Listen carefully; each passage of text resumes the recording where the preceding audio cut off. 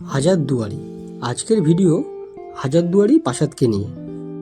British যুগে বাংলার এক ঐতিহাসিক নিদর্শন হলো হাজারদুয়ারি।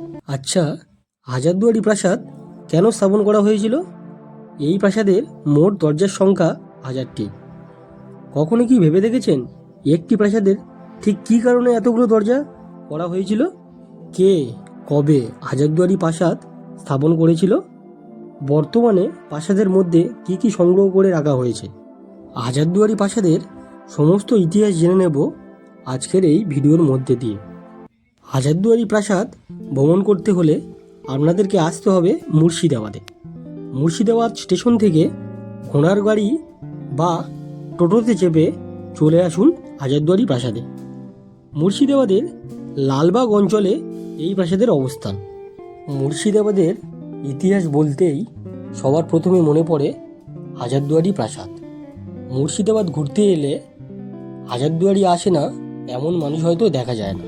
হাজারদুয়ারি প্রাসাদের প্রবেশের অনলাইন টিকিটের মূল্য 20 টাকা ও অফলাইন 25 টাকা। এই প্রাসাদটি গঙ্গা নদীর তীরে অবস্থিত। পূর্বে প্রাসাদটির নাম ছিল বড়কোটি।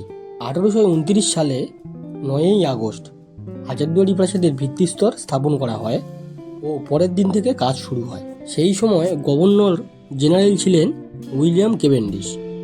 তখন বাংলা বিহার উড়িষ্যার রাজা ছিল নবাব নাজিম হুমায়ুন শাহ। 1837 সালে প্রাসাদটির নির্মাণের কাজ কমপ্লিট হয়ে যায়। নবাব হুমায়ুন শাহর নির্দেশে এই প্রাসাদ নির্মাণ করা হয়েছিল। 3 তলা বিশিষ্ট এই প্রাসাদ। হাজারদুয়ারি প্রাসাদটির উচ্চতা 80 ফুট, লম্বা 130 মিটার, প্রস্থ 61 মিটার।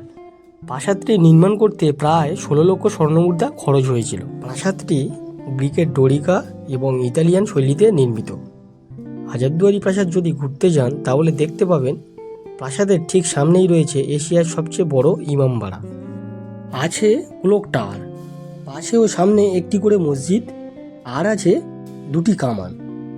অনেকেই মনে করেন হাজারদুয়ারি প্রাসাদটি নির্মাণ করেছিল নবাব সিরাজউদ্দৌলা, কিন্তু না। হাজারদুয়ারি প্রাসাদ নির্মাণ হয়েছিল নবাব সিরাজউদ্দৌলার মৃত্যুর 72 বছর পর। সিরাজউদ্দৌলার প্রাসাদ ছিল গঙ্গা নদীর ওপারে। গঙ্গা নদীর ভাঙনের ফলে সময়ের সাথে সাথে সিরাজউদ্দৌলার প্রাসাদটি নদীগর্ভে বিলীন হয়ে গেছে। পূর্বে 3 তলায় বেগম ও নবাবদের থাকার ঘর ছিল, দোতলায় দরবার হল, পাঠাগার ও অতিথিশালা এবং 1 তলায় নানা অফিস ঘর ও গাড়ি রাখার জায়গা ছিল। বর্তমানে ভারতের পুরাতত্ত্ববিদ এখানে মিউজিয়াম বানিয়েছে। এবার আসি প্রাসাদের মধ্যে কি কি রয়েছে। প্রাসাদে প্রবেশ করলে দেখতে পাবেন একটি চারিদিকে পর্দা দেয়া ঘোড়ার গাড়ি ও একটি উটের গাড়ি। আর একটু এগোলেই দেখতে পাবেন একটি অদ্ভুত আয়না, যে আয়নায় নিজের মাথা দেখা যায় না। মাথা ছাড়া সমস্ত দেহটা দেখতে পাবেন, কিন্তু মাথা কোনোভাবে দেখা যাবে না।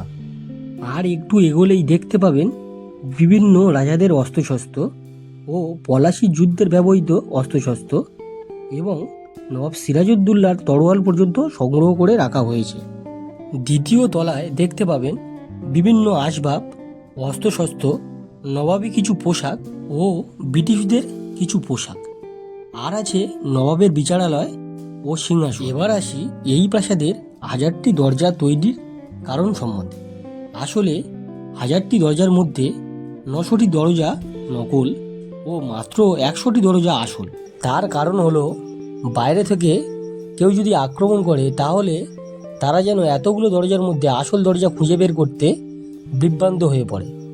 আপনি যদি হাজারদুয়ারি ঘুরতে যান তাহলে আসল ও নকল দরজার মধ্যে কোনো পার্থক্য খুঁজে পাবেন না। আর যারা যারা ঘুরে এসেছো তারা কমেন্ট করে জানাও। মুর্শিদাবাদ শহরের এক গুরুত্বপূর্ণ ঐতিহ্য বহন করে হাজারদুয়ারি প্রাসাদ। হাজারদুয়ারি প্রাসাদ বর্তমানে কেন্দ্রীয় সরকারের দ্বারা নিয়ন্ত্রিত। প্রায় প্রতি মাসে 30,000 মানুষ ঘুরতে আসেন এই প্রাসাদে। সপ্তাহে সকাল 9টা থেকে বিকেল 4:30 পর্যন্ত প্রাসাদ খোলা থাকে, শুধু শুক্রবার প্রাসাদ বন্ধ থাকে।